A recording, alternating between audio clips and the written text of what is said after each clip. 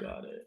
All right, so I am here with Mr. Cory Barnwell, who in addition to is one of my brothers in flight of hang gliding, is also a registered uh, airline transport pilot rated through the FAA and is a professional airline pilot. Cory, how you doing? I'm doing great. Thanks for having me, Greg. So tell me, just off the bat, what are the things, what made you start hang gliding? Let's start there. Oh man, well, it was kind of just going to be one of these things that, well, at the time I was working as a computer programmer in Tennessee, and I was just kind of looking for things to do, that were fun. I had um, I had just started Googling things to do, and one of the things I found was there was a hang gliding school in Chattanooga, which is like a couple hours from me. So I was like, oh, cool, I'll do that, and see how that goes. And I just signed up for like the weekend thing, and I mean, after the first day, I was hooked. I was like, I don't care how much it's going to cost me. Like, I need to do the whole thing. I got to do the like, and I never looked back. That was in 2012. Like, it was totally life changing for me.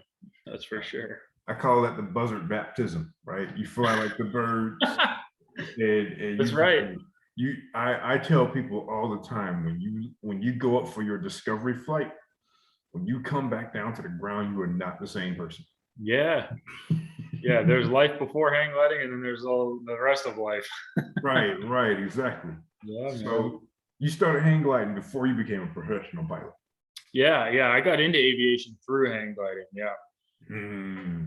Yeah. I started, I mean, it was years. I was, I kind of got really into my, the hang gliding world, and just, really in love with flying in the community, and learning, and learning about, there's so much to learn, and you never stop learning, in aviation in general, but, and I was just trying to, you know, live it as much as I could. I even eventually I ended up a couple years later, I quit my job and bought a minivan and moved into the back of it and threw my hang glider on top and just drove around the country.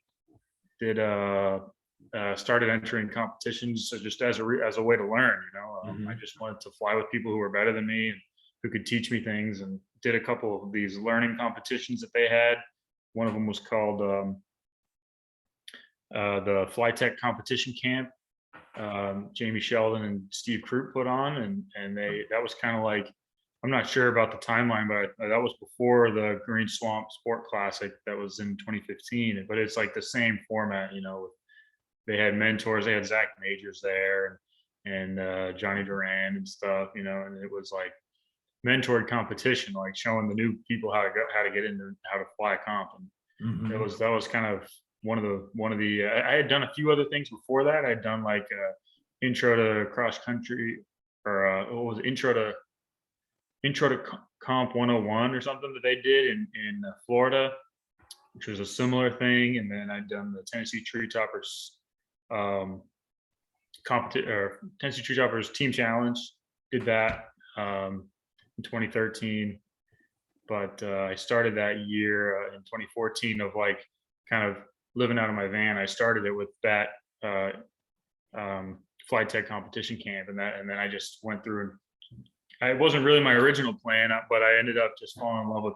Like, I fell in love with hang gliding. I kind of fell in love with competing too, and so I just went full in on that. And yeah, it's been a great experience.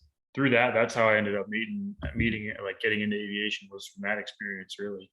Mm. I met a bunch of airline pilots, people that were at the competitions, and met one of them there. And he eventually, a couple years later, when I was trying to figure out how to balance, work and competing and flying, and kind of doing a career that I didn't enjoy, and just kind of living for the weekend, living for my vacation.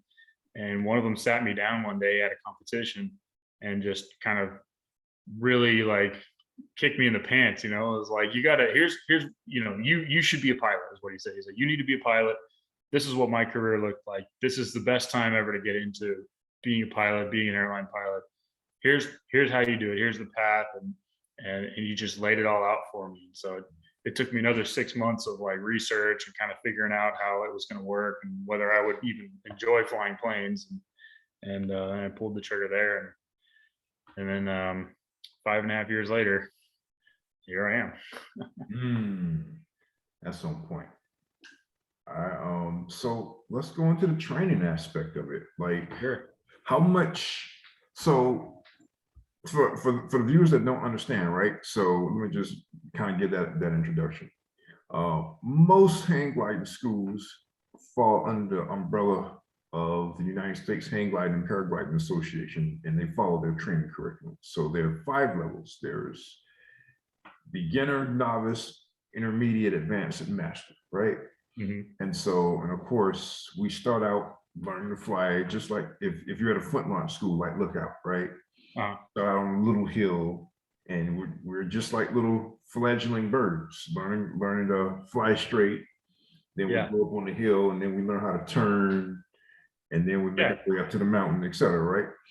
So it's slightly different, but when you got to pursuing your private pilot license, how much of what you learned at Lookout on the hills, and eventually going off the mountain and eventually up the arrow toes, how much of that transferred to what you were learning in private pilot ground school, as well as when you were flying? I felt like a lot of it transferred, and my instructor even mentioned it a lot too. I mean, being a hang glider pilot, I already had a really good grasp on aerodynamics, angle of attack, and lift and drag and all that stuff. I was also super comfortable being in the air. Like turbulence didn't bother me. None of that stuff bothered me. I was about the only thing, that of course, the big thing that was new getting my private pilots was having an engine at all. So the whole adding thrust into the equation I think that was a big benefit for me, because I only had to learn one new thing, where versus a brand new pilot, someone working on their private for the first time, they've got to, learn how to control all 3 axes plus their thrust, and it might take them a while. And I felt like I had a pretty big leg up on that. Also with, us hang glider pilots, we're kind of weather nuts, so I had a lot of weather knowledge that I had already built up over the years.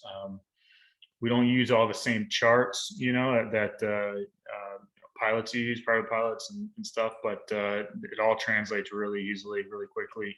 So I felt like it led into, the powered side of aviation really well for me, because I had this pretty solid foundation of how to fly, the mechanics of flight, and how weather plays into that, and decision making and safety. We're very safety conscious in the hang gliding community, and I felt like that really helps me, and it helps me today as an airline pilot. That's our number one concern, is the safety of our passengers, and keeping the operation running but safely. So it was definitely a big leg up for me. It really helped me get through the program. I did a accelerated program at ATP flight school, and I think that program it's a fast program, but I was able to get through it. And I think I owe a lot of that to my hang gliding experience. That's really cool. So let me what about when you trained to do dead sticks? How did you feel when you turned the engine off? That was great.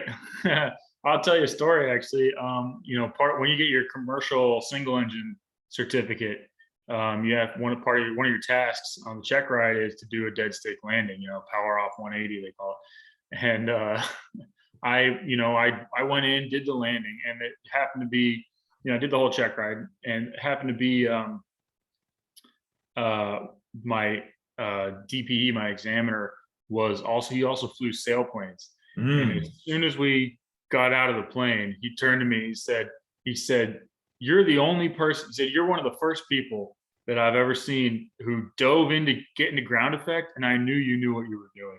He said, "I thought you were going to be short, but then you went and dove in, got in ground effect, and got down through the wind gradient, and you put it right down on the spot." And he's like, I knew this guy I knew you knew what you were doing because of your hang gliding experience. I was like, hey, that's how we land hang gliders, man. Hey, exactly, right. I think I told somebody that a while back. Like everything we do is a dead stick landing. Yeah, it really helps. It really Okay. helps for. I was way more comfortable actually.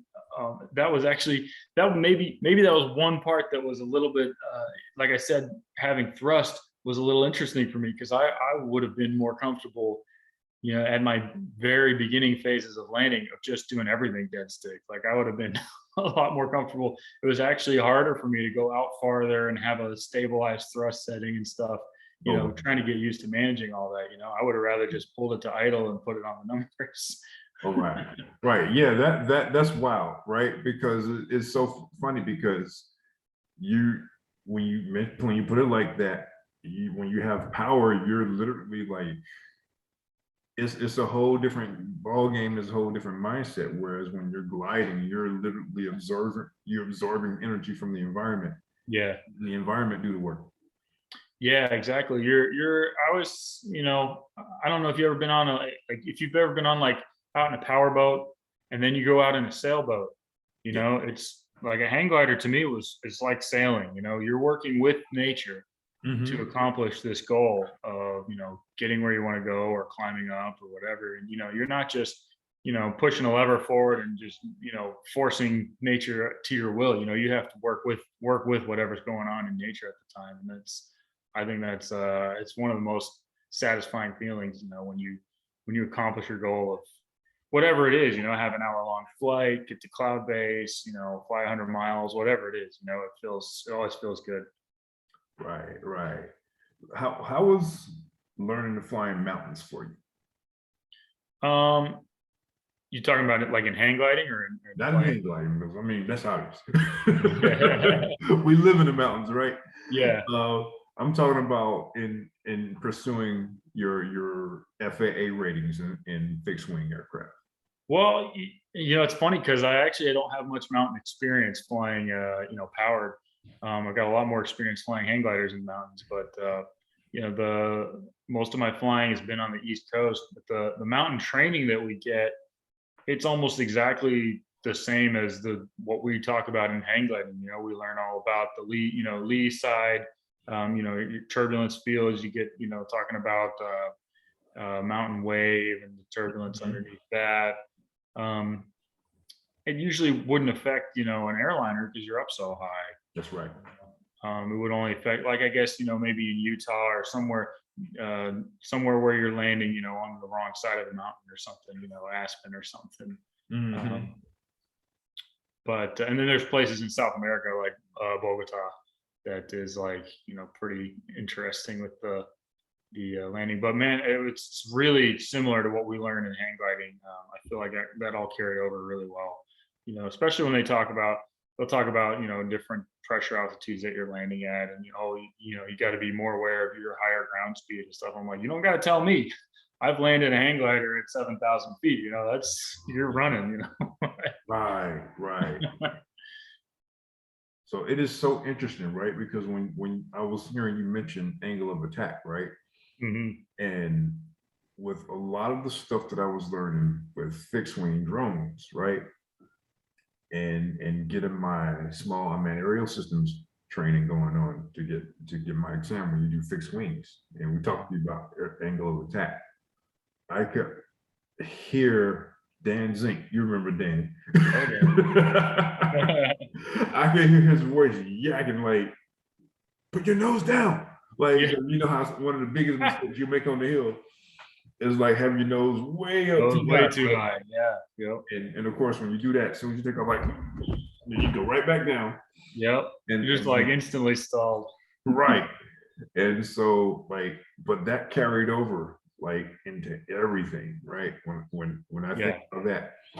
Um We get really, I think in hang gliders, flying hang gliders, we're really used to equating, we understand that the pitch of your nose versus the horizon does not equal your angle of attack. You yes. know, we're used to like at the hills, you have a different pitch versus the horizon. versus when you're trying to take off of the ramp up on the cliff. You know, you have to have a Mhm. much lower pitch to have the same angle of attack because you're coming down this, you know, this steep hill instead of a pretty shallow hill. Your nose is going to be up a little more. You know, like I think we're used to that, and I know that's you know, just from my experience as a CFI, sometimes that can be hard to kind of explain to people. Mhm. They can know it intellectually, but giving people that kind of intuitive knowledge of it is a little bit harder, I think, in planes, or at least in my experience. But I think as hang glider pilots, we know we've felt, you know, we've experienced it, you know, from day one. Right. I think the only comparable experience to transfer over to that is flying kites, which is Sure. essentially what hang gliding is, right? They were saying a hang Yeah. glider is basically a kite. You strap onto yourself and or Yep. and you throw it up in the air, you take off with it. Yeah. So like, and then I've heard another saying that compares paper airplanes to hang gliders. And Mhm. it's so funny because in my classes, when I started hang gliding, when I started teaching about paper airplanes, my understanding of paper airplanes was just totally different. It was just like, it just, you know, going back when we say, first time you go hang glide, you're not the same person. It just is, Yeah. it just transfer, just like everything, the way you see everything changes.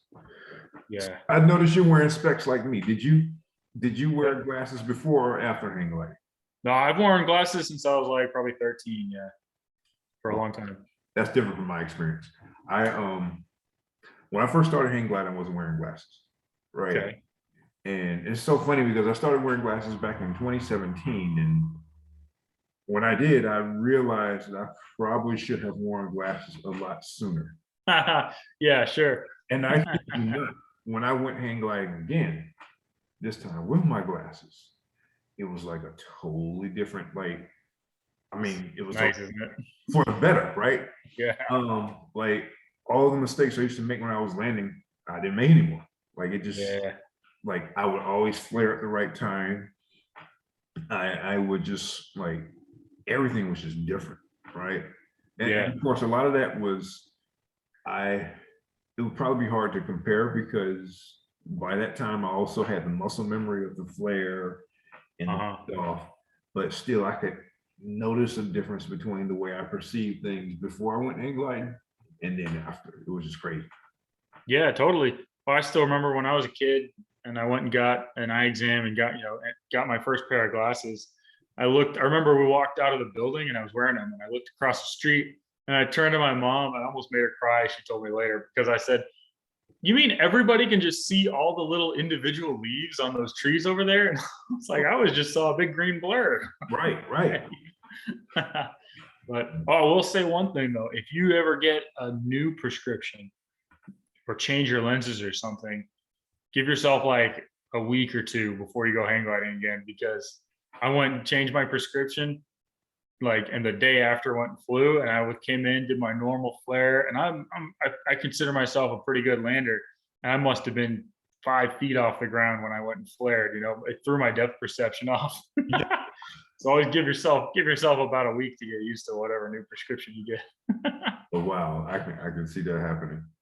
Right? Because you know, it's that whole, because the way you're perceiving things when you're coming in for a landing, right? Yeah, It's a whole different ball game when your feet are the landing gear.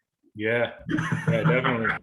I had one where they actually messed up my prescription. This is before I flew hang gliders, but I always skateboarded my whole life, and I was at the skate park, same thing, like day after, and I went to drop in on this ramp like with this new prescription, and I just fell flat on my face, like couldn't, like no depth perception at all. I had to go get them changed. So that one, because that one was awful. Yeah, But that's, yeah, but you yeah, know, there's no comparison to, being able to, being able to see versus not being able to see. You know, what I mean? And my eyes aren't even that bad. You know, I don't even need them. Like I don't even.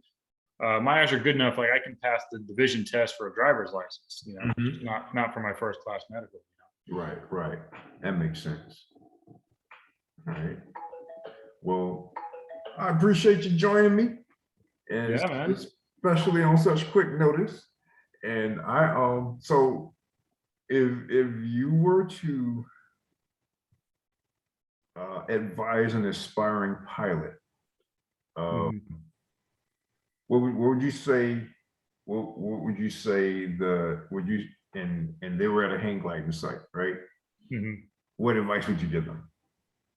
I would say, learn as much as you can by observation and studying. It really pays off. Um, in aviation in general, it's you know, aviation is a lot safer than it used to be, but Mhm. it's not very forgiving, and I'd say that is a little more so about hang gliding, where it's, at least in a plane, if you crash, you got all this metal between you and the ground, but in a hang glider, not so much. So you really can't rush it. You can completely, absolutely do, a whole career, 30 plus years of flying hang gliders and never have a problem, never break anything. Mhm. And, not even, you can do that. But it takes patience. So learn as much as you can, and don't be in too big of a hurry to go, to go jump into these, the bigger conditions, the stronger winds, et cetera. I think the hang gliding community is pretty good about, in general, about how, holding each other to a standard of safety where we're not letting our buddies overextend themselves and put themselves in a bad spot. But if you're out there flying, and someone's telling you, hey, maybe you should wait for better conditions, think about it. Give them, they're probably speaking from a position of experience, and care about your well-being. That's the biggest thing, because hang gliding is not that hard. It's not difficult. You can fly like a bird, and it's amazing. And so, what I mean is, the experiences will come with time. Just go about it in a safe and deliberate manner, and enjoy the entire experience. The entire time of being there. It's not just about getting in the air. It's also about being with your fellow pilots, and sharing the love of free flight. That is so interesting you said that, right? Because now that makes me wonder, like, because the hang gliding culture is one where the actual flight is just a part of the experience. Yeah, Like, even if you go up on a day and no flying is done because of the winds, you're hanging out with buddies, yeah. you're kicking back, telling stories, laughing, It's joking. not a waste. Right, right. Yeah. Is all, and and especially if you had a site like Lookout where they have like a clubhouse Oh yeah. and you can kick back after everything has been put away and all the flying is done, right? So, like, did that help in aviation? Because in commercial aviation now, I you think so. you got get there itis. You Yeah, you got you do. I have to get this plane here and bad conditions be down. Like, Yeah. so did the culture of hang gliding kind of help you in terms of being able to say no, we can't fly in situations when Definitely. Definitely. And I will say that, it's different between um general aviation and like part 121, airline operations. The mindset's totally different. Like, Mhm. some people think that, in part 121, we're just like, oh, you have to go. It doesn't matter. You have to go. It's not like that at all. I'd say it's much more. I'd say it's like, as far as safe decision making goes, I saw some flight instructors making some really poor decisions, back when I was a flight instructor. Oh wow. And because we have a lot of pressure on ourselves as flight instructors, we're not making that much money. We're Mhm. really trying to, build hours to get the better job that you want, and so some people let that kind of dictate the way they make decisions. And I was in very much in a hurry as well. It was a second career for me. I went back into debt to pay for my flight training, and I wanted to get where I was going. Mhm. But thanks to hang gliding, I think because of my hang gliding experience, I was going into it with this experience behind me of knowing what could happen. Mm. Having seen it, and having seen, I had flown all over the country in hang gliders by that point, and spent uh, a lot of time, discussing, well, should we fly or should we not fly? Stand on the side of the mountain, watching a rainstorm nearby, and going, it's probably safe to fly. And then 5 minutes later, a gust front hits. you Yes. know, and those experiences are very valuable. Right. And Right. so I chose not to fly many times when I was a flight instructor in Florida with, you know, thunderstorms nearby, when my other, you know, some of the other flight instructors were going and doing flights, and I just was not, you know, we all choose our own, you know, comfort level of, you know, how much risk we're really willing to accept.